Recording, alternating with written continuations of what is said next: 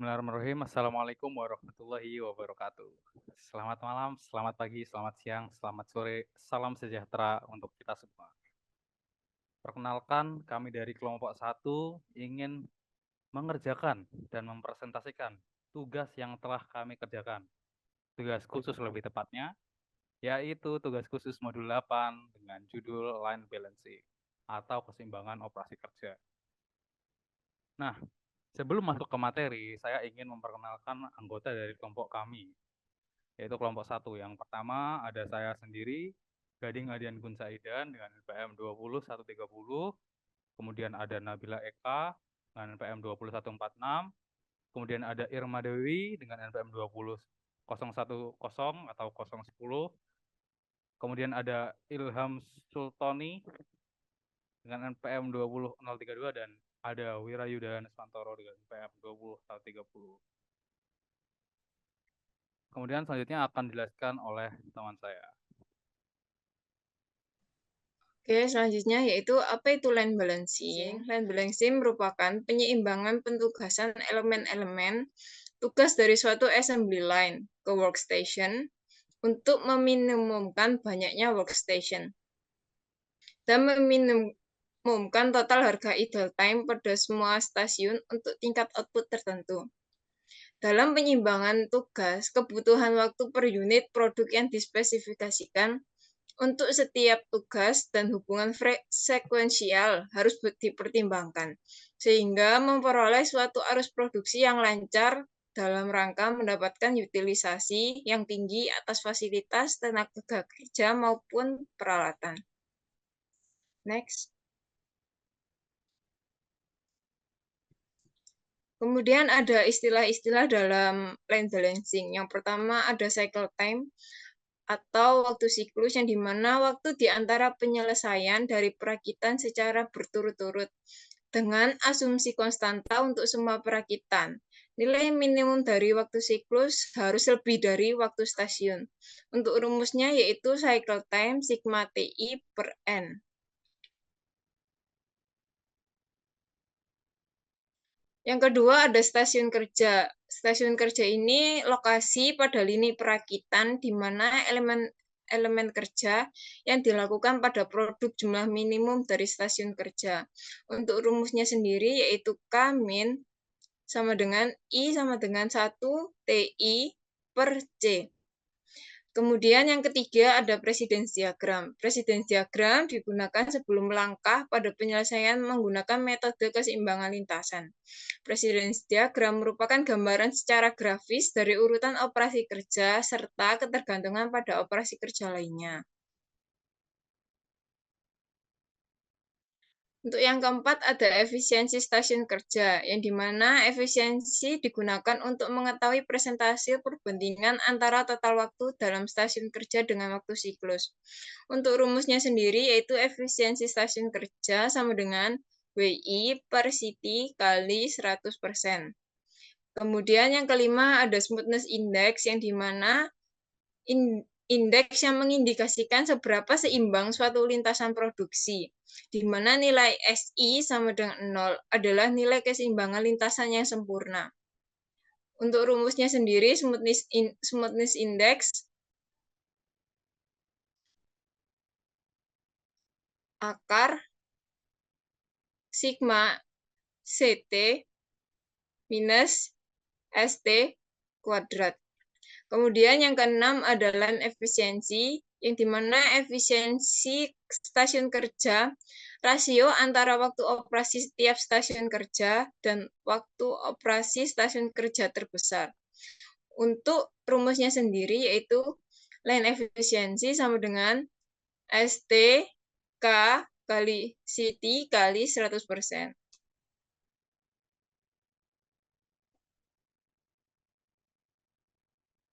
Kemudian ada idle time, di mana operator menunggu untuk melakukan proses kerja ataupun kegiatan operasi yang selanjutnya yang akan dikerjakan. Untuk selisih perbedaan antara cycle time dan station time atau dikurangi CT dikurangi ST, di mana rumusnya yaitu idle time sama dengan N CT sigma NI sama dengan 1 kali TI. Yang ke-8 ada assemble product. Assemble product itu produk yang melewati urutan workstation, di mana setiap workstation itu memberikan proses tertentu hingga selesai menjadi produk akhir pada perakitan akhir. Kemudian yang ke-9 ada balance delay yang merupakan ketidakefisienan lintasan yang dihasilkan dari waktu menganggur. Balance delay disebabkan karena pengalokasian yang kurang sempurna di antara stasiun-stasiun kerja.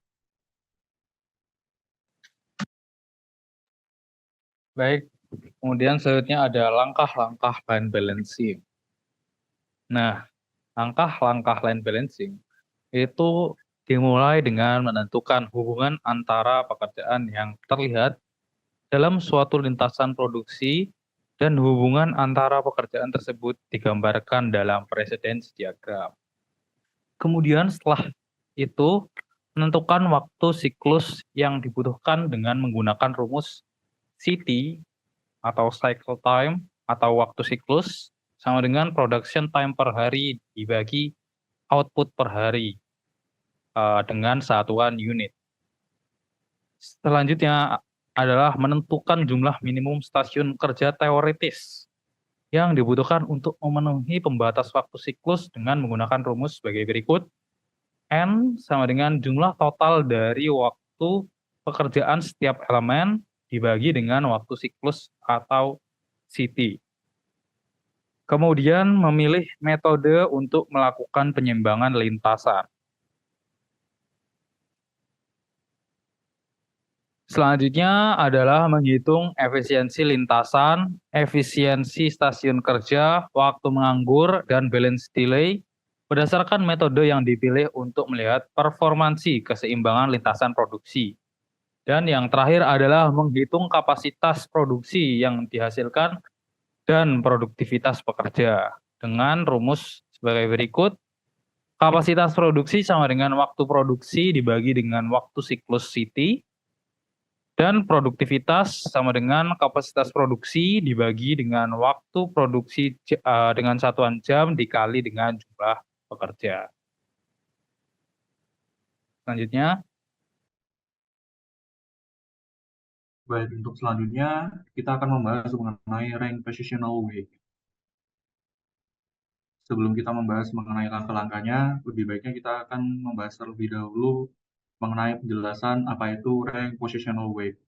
Jadi rank positional weight itu penyebutannya memiliki penyebutan yang lain, yaitu adalah metode heuristik dari Helgerson dan Birney. Nah, metode ini dikenal sebagai rank positional weight atau metode pengurutan bobot posisi. Metode ini merupakan metode gabungan dari metode large candidate rule dengan metode region approach. Nah, nilai-nilai dari rank positional weight ini merupakan perhitungan antara elemen kerja tersebut dengan posisi masing-masing elemen kerja dalam precedence diagram.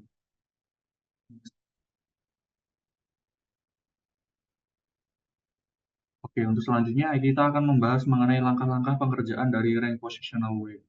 Yang pertama adalah kita membuat precedence diagram atau diagram jaringan kerja dari peta OPC terlebih dahulu. Untuk selanjutnya adalah menghitung waktu siklus atau cycle time. Yang ketiga, membuat matriks lintasan berdasarkan precedence diagram. Yang keempat, menghitung bobot posisi tiap operasi yang dihitung berdasarkan jumlah waktu operasi tersebut dan operasi-operasi yang mengikutinya. Yang kelima, mengurutkan operasi-operasi mulai bobot operasi terbesar hingga bobot operasi yang terkecil. Yang selanjutnya, menghitung jumlah stasiun kerja minimum. Dan yang kedelapan, membuat flow diagram untuk stasiun kerja minimum tersebut, lalu lakukan pembebanan operasi pada stasiun kerja mulai dari operasi dari bobot operasi terbesar sampai dengan bobot operasi terkecil dengan kriteria total waktu operasi lebih kecil dari waktu siklus yang diinginkan. Tentu selanjutnya adalah melakukan trial and error untuk mendapatkan efisiensi lintasan yang paling tinggi. Dan yang terakhir adalah menghitung balance delay pada lintasan.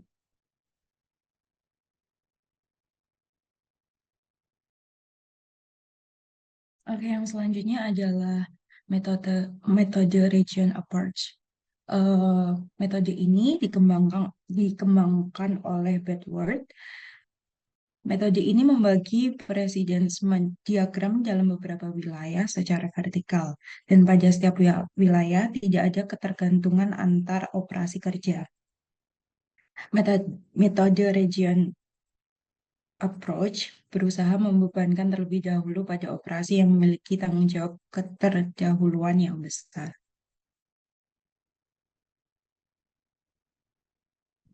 Langkah-langkah pengerjaan dari metode ini adalah yang pertama, membuat precedence diagram. Yang kedua, menentukan wilayah precedence diagram dari kiri ke kanan. Yang ketiga, dalam tiap-tiap wilayah precedence mengurutkan pekerjaan dari waktu yang maksimum ke waktu yang minimum. Hal ini akan meyakinkan pekerjaan terbesar akan dipertimbangkan terlebih dahulu, memberikan kesempatan untuk memperoleh kombinasi yang lebih baik dengan pekerjaan yang lebih kecil. Yang keempat, mengumpulkan pekerjaan dengan urutan sebagai berikut, yaitu yang pertama, daerah paling kiri didahulukan. Yang kedua, antar wilayah bebankan pekerjaan dengan waktu operasi terbesar pertama kali. Langkah yang terakhir adalah diakhiri tiap-tiap stasiun kerja, yaitu memutuskan apakah penggunaan waktu dapat diterima. Jika tidak, periksa semua pekerjaan yang memiliki hubungan precedence. Tentukan apakah penggunaan waktu akan meningkatkan bila dilakukan pertukaran pekerjaan yang sedang dipertimbangkan. Next. Selanjutnya adalah metode Largest Candidate Rule. Pada 2020, Gufron berpendapat bahwa metode LCR adalah melakukan pendekatan penyeimbangan lini produksi berdasarkan waktu operasi terpanjang, akan diprioritaskan penempatannya dalam stasiun kerja. Prinsip dasarnya adalah menggabungkan proses-proses atas dasar pengurutan operasi dari waktu operasi terbesar. Metode RCL sendiri merupakan bagian dari metode heuristik. Next. Nah, untuk menentukan metode prosedur RCR yaitu yang pertama, semua metode kerja dari waktu paling besar hingga waktu yang paling kecil. Kemudian, elemen kerja pada stasiun pertama dimulai dari urutan yang paling atas dan diikuti oleh elemen kerja berikutnya, sehingga total waktunya tidak melebihi waktu siklus. Elemen kerja pindah ke stasiun kerja berikutnya apabila total waktunya melebihi waktu siklus. Nah, kemudian untuk prosedur yang sebelumnya hingga semua elemen bekerja berada pada dalam stasiun kerja dan total waktu elemen kerja kurang dari atau sama dengan waktu siklus. Next. Baik, untuk selanjutnya adalah pemaparan mengenai studi kasus mengenai jumlah produksi dari perusahaan yang memproduksi dipan kasur yang kami amati. Untuk yang pertama, yaitu kita akan menggunakan metode Ranked Positional Wake dengan urutan operasi kerja sebagai berikut. Lalu untuk selanjutnya adalah penentuan waktu siklus operasi yang didapatkan berdasarkan kegiatan peroperasinya. Seperti yang terlihat di perusahaan pembuatan dipan kasur ini memiliki operasi dari A sampai I, dari pembuatan pola hingga inspeksi, dengan total waktu siklus dalam satuan menit sebesar 34 menit. Jika dalam 1 bulan dihasilkan 4.200 unit dipan kasur, dengan jumlah hari kerja selama 1 bulan adalah 25 hari kerja dengan 8 jam kerja per hari, maka didapatkan TC sama dengan waktu kerja efektif per kapasitas produksi, yang mana dapat 8 jam kerja dikali 60 menit dikali 25 hari kerja dibagi dengan 4.200 atau jumlah produksi selama 1 bulan, sehingga didapatkan TC 3 menit per unit. Untuk selanjutnya adalah menentukan matriks pendahulu. Berikut ini disajikan matriks pendahulu yang didasarkan pada diagram operasi yang telah disebutkan di atas tadi. Next. Lalu selanjutnya adalah penentuan bobot posisi untuk tiap-tiap operasi. Berikut ini merupakan bobot posisi tiap operasi. Pada operasi A didapatkan waktu sebesar 2 menit dengan bobot posisi di, uh, dengan jumlah bobot posisi 29 dan ranking 1. Bobot posisi ini didapatkan berdasarkan dari matriks di atas dan juga didasarkan pada diagram operasi yang telah disebutkan di awal tadi. Didapatkan bobot posisi tiap operasi dari operasi A hingga I. Untuk selanjutnya adalah pengukuran operasi berdasarkan bobot. Berikut ini pembebanan operasi pada stasiun kerja dari produksi dipan kasur.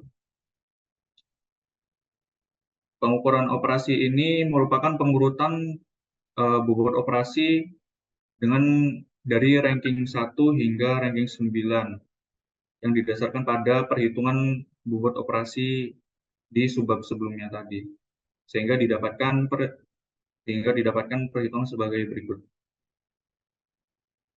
Next. Setelah itu kita akan menghitung pembebanan operasi pada stasiun kerja. Untuk rumusnya adalah mu sama dengan sigma STI dibagi dengan TC, yang mana sigma STI ini merupakan jumlah waktu operasi dalam satuan menit, yaitu 34, dan TC merupakan waktu operasi terbesar dari keseluruhan jenis operasi, yaitu 8 menit, sehingga didapatkan 4,25 lalu dibulatkan menjadi 5 stasiun kerja. Nah, pembagian 5 stasiun kerja ini terlampir pada tabel berikut ini. Untuk stasiun kerja yang pertama memiliki operasi A, D, dan B, lalu untuk stasiun kerja yang kedua memiliki operasi E, C, dan F, operasi ketiga memiliki operasi G, stasiun kerja keempat memiliki operasi K, dan stasiun kerja yang kelima memiliki operasi I. Sehingga didapatkan efisiensi rata-rata lintasan didapatkan dari rumus sigma STI dibagi dengan TC, yaitu adalah 34 dibagi dengan 5 dikali 8, sehingga didapatkan efisiensi rata-rata lintasan sebesar 85%. Lalu selanjutnya adalah perhitungan balance delay. Didapatkan dari rumus N kali C dikurangi sigma TI per N kali TI dikalikan dengan 100%. Didapatkan hasil sebesar balance delay 15%. Oke, selanjutnya adalah perhitungan smoothness index dengan rumus akar sigma dari waktu siklus dikurangi waktu stasiun kerja kuadrat, sehingga didapatkan hasil sebesar 13,3. Nah, berikut ini merupakan layout hasil perhitungan tingkat positional weight yang telah diklasifikasikan menjadi 5 stasiun kerja. Yang mana stasiun kerja pertama yaitu ada ADB, stasiun kerja kedua ada ECF, stasiun kerja ketiga ada G, stasiun kerja keempat ada H, dan stasiun kerja yang kelima atau yang terakhir ada operasi I.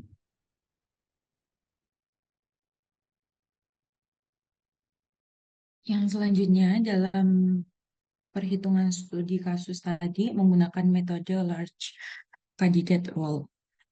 Untuk gambar urutan operasi kerja masih sama dengan metode sebelumnya. Langsung kita ke untuk waktu siklusnya juga sama. Tetapi yang berbeda di sini adalah I-nya, yaitu jika dalam 1 bulan dihasilkan 400 unit prakrik, jumlah hari kerja selama 1 bulan adalah 25 hari kerja dengan 8 jam kerja per hari. Lalu kita akan mencari TC, di mana rumus dari TC adalah T kecil per Hi, di mana T kecil didapatkan dari perkalian 8 jam kerja dikali 60 menit kali 25 hari dibagi nilai Hi, yaitu 401.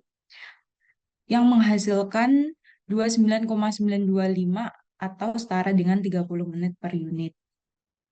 Selanjutnya, Selanjutnya kita akan mengurutkan elemen.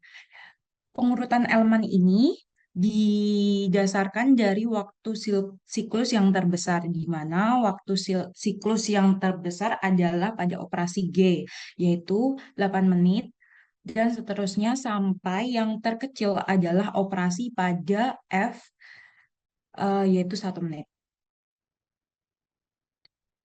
Selanjutnya adalah pembebanan operasi pada stasiun kerja. Rumus dari mu adalah STI per TC, di mana STI adalah jumlah dari seluruh waktu siklus, yaitu 34, dan TC adalah waktu siklus terbesar, yang menghasilkan 4,25 atau setara dengan 5 stasiun kerja. 5 stasiun kerja ini yang nanti kita gunakan untuk perancangan. Lalu, pada pembebanan operasi pada stasiun kerja, yang stasiun kerja pertama yaitu ada operasi G, ini dipilih karena operasi G memiliki waktu siklus 8, yang mana ini sudah memenuhi dari waktu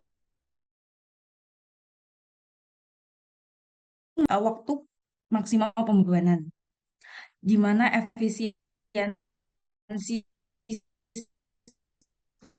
stasiun kerjanya adalah 100%. Lalu yang kedua, dengan efisiensi stasiun kerja 100%. Pada stasiun kerja nomor 3 diisi H dan E. Di sini B dan A itu tidak dipilih karena waktu siklus H dan waktu siklus E sudah mencukupi dari batas maksimal kumulatifnya. Lalu yang selanjutnya ada stasiun kerja nomor 4, yaitu ada stasiun kerja B dan A. B, A, dan C, di mana menghasilkan waktu kumulatif sebesar 7 dan efisiensi stasiun kerjanya 87,5. Dan ada stasiun kerja nomor 5 yang diisi operasi D dan F, di mana jumlah waktu kumulatif stasiun kerjanya itu 3 dan efisiensi stasiun kerjanya itu 37,5%. Jumlah total efisiensi rata-rata lintasannya adalah 85%.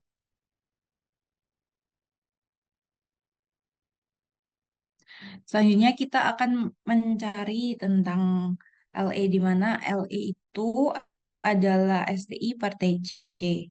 STI tadi adalah jumlah seluruh waktu siklus dibagi dengan TC, yaitu banyaknya stasiun kerja dikali waktu siklus terbesar yang menghasilkan 85%. Next. Yang selanjutnya ada balance delay, di mana rumusnya adalah N kali C min total TI per N kali TI kali 100%. Di mana NC-nya tadi jumlah stasiun kerjanya dikali waktu siklus terbesar dikurangi 34 jumlah waktu siklus dikali 100 besar dibagi 5 kali 8 yang menghasilkan 15%.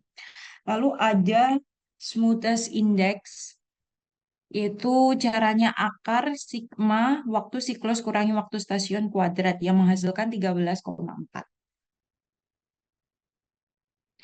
Yang terakhir ada layout hasil perhitungan large candidate rule, di mana dari operasi G akan dilanjutkan menuju ke operasi I, lalu pada operasi I akan dilanjutkan menuju ke stasiun ketiga yaitu operasi H dan E, lalu dilanjutkan ke stasiun kerja yang keempat yaitu operasi B, A, dan C, lalu menuju ke stasiun operasi yang terakhir yaitu ada operasi D dan F.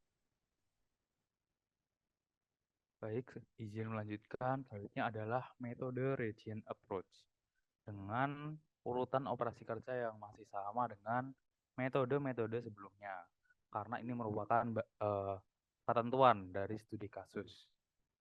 Kemudian setelah itu ada waktu siklus operasi yang masih sama juga dengan metode-metode sebelumnya. Namun di sini ada yang membedakan, yaitu TC atau kapasitas produksinya atau Q-nya itu sejumlah 401 produk atau unit. Di mana di sini didapatkan TC sebesar 30 menit per unit.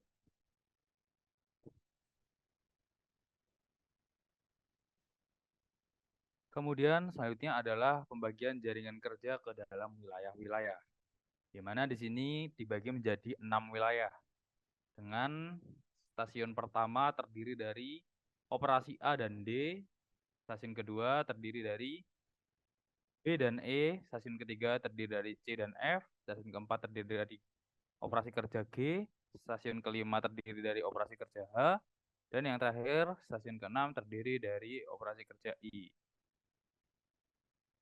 Selanjutnya adalah pembagian pekerjaan dalam tiap wilayah. Nah, di sini kan tadi sudah dapat dilihat di pembagian jaringan kerjanya. Dengan stasiun 1 terdapat operasi A dan D dan seterusnya.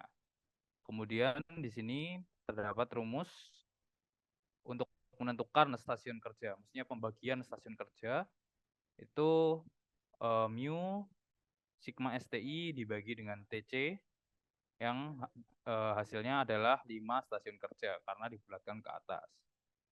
Selanjutnya adalah pembebanan pekerjaan. Jadi tadi kan sudah ada 5 stasiun kerja, maka sekarang yang digunakan dalam metode region approach ini terdapat 5 stasiun kerja yang terbagi menjadi yang pertama, di stasiun pertama terdapat operasi kerja A, B, C, dan F dengan waktu operasi stasiun operasi A selama 2 menit, kemudian operasi B selama 4 menit, operasi C selama 1 menit, dan operasi F selama 1 menit.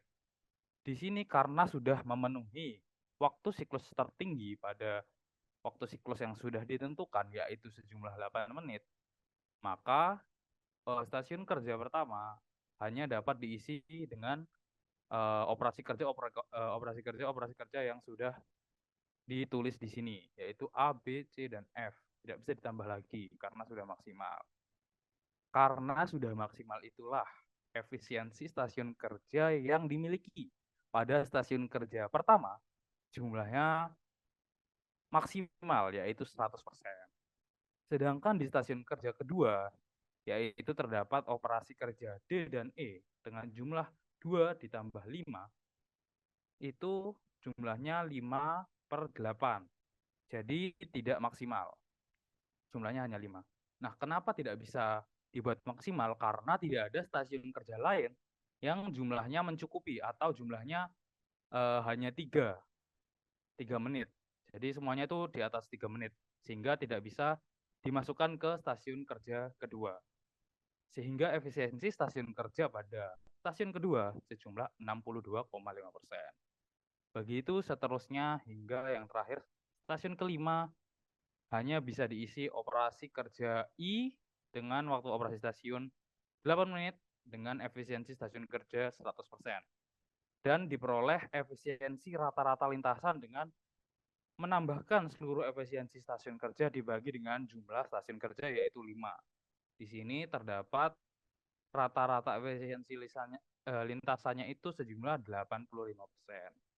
Selain itu, selain menggunakan rumus seperti ini, dapat juga menggunakan rumus perhitungan dengan lebih cepat dan lebih simple, yaitu sigma STI per TC. Nah, di mana sigma STI ini kan jumlah total dari waktu siklus tadi yang sudah ditentukan, yaitu 34 menit, dikali dengan T itu merupakan stasiun kerjanya, yaitu ada 5, dikali dengan C. C itu merupakan waktu siklus tertinggi, yaitu 8. Nah, 34 dibagi 5 dikali 8. Itu hasilnya adalah 85%. Dan ini sama dengan perhitungan sebelumnya, sehingga perhitungan menggunakan rumus ini sudah valid. Dan dapat dilanjutkan ke proses selanjutnya, yaitu penentuan balance delay. Balance delay ini rumusnya N dikali C dikurangi sigma TI per NTI dikali 100%. Nah, ini hasilnya 15%. Kemudian yang terakhir adalah smoothness index dengan rumus akar dari sigma waktu siklus dikurangi waktu stasiun kuadrat, yang hasilnya adalah 13,04%. Nah, selanjutnya adalah layout dari hasil perhitungan. Berdasarkan stasiun kerja tadi, dari data-data yang telah disebutkan, maka dapat diperoleh layout hasil perhitungan sebagai berikut. Yang pertama ada stasiun kerja pertama dengan operasi kerja A, B, dan C, dan F. Kemudian dilanjutkan ke stasiun kerja kedua yaitu D dan E. Kemudian dilanjutkan ke stasiun kerja ketiga yaitu G. Stasiun kerja keempat yaitu H. Dan yang terakhir adalah stasiun kerja yang kelima yaitu operasi kerja I. Baiklah, mungkin sekian presentasi dari kelompok 1. Kurang lebihnya mohon dimaafkan. Billahi taufiq wal hidayah. Wassalamualaikum warahmatullahi wabarakatuh.